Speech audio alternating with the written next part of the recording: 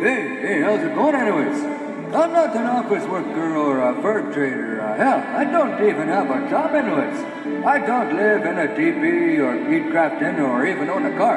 And I don't know Johnny Two-Face dances with Lysol or Danto on my reserve. Although I think I may have done some pretty heavy drinking with them. I have a chief, not a prime minister.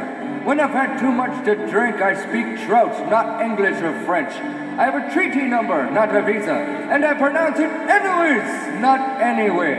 I can proudly display a junkyard in front of my house. I believe in placing barricades on roads, using bed sheets as curtains in my home, and the government buying me a casino for me to run, and that the beaver is something I can get at my wife's sister's place.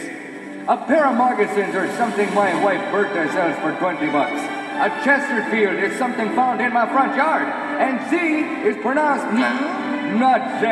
My reserve is the first reserve to say at bingo, "Hey the Queen!"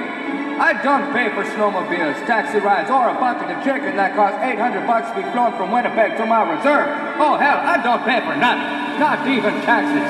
That's the government's job. My name is Freddy, and I am Indian.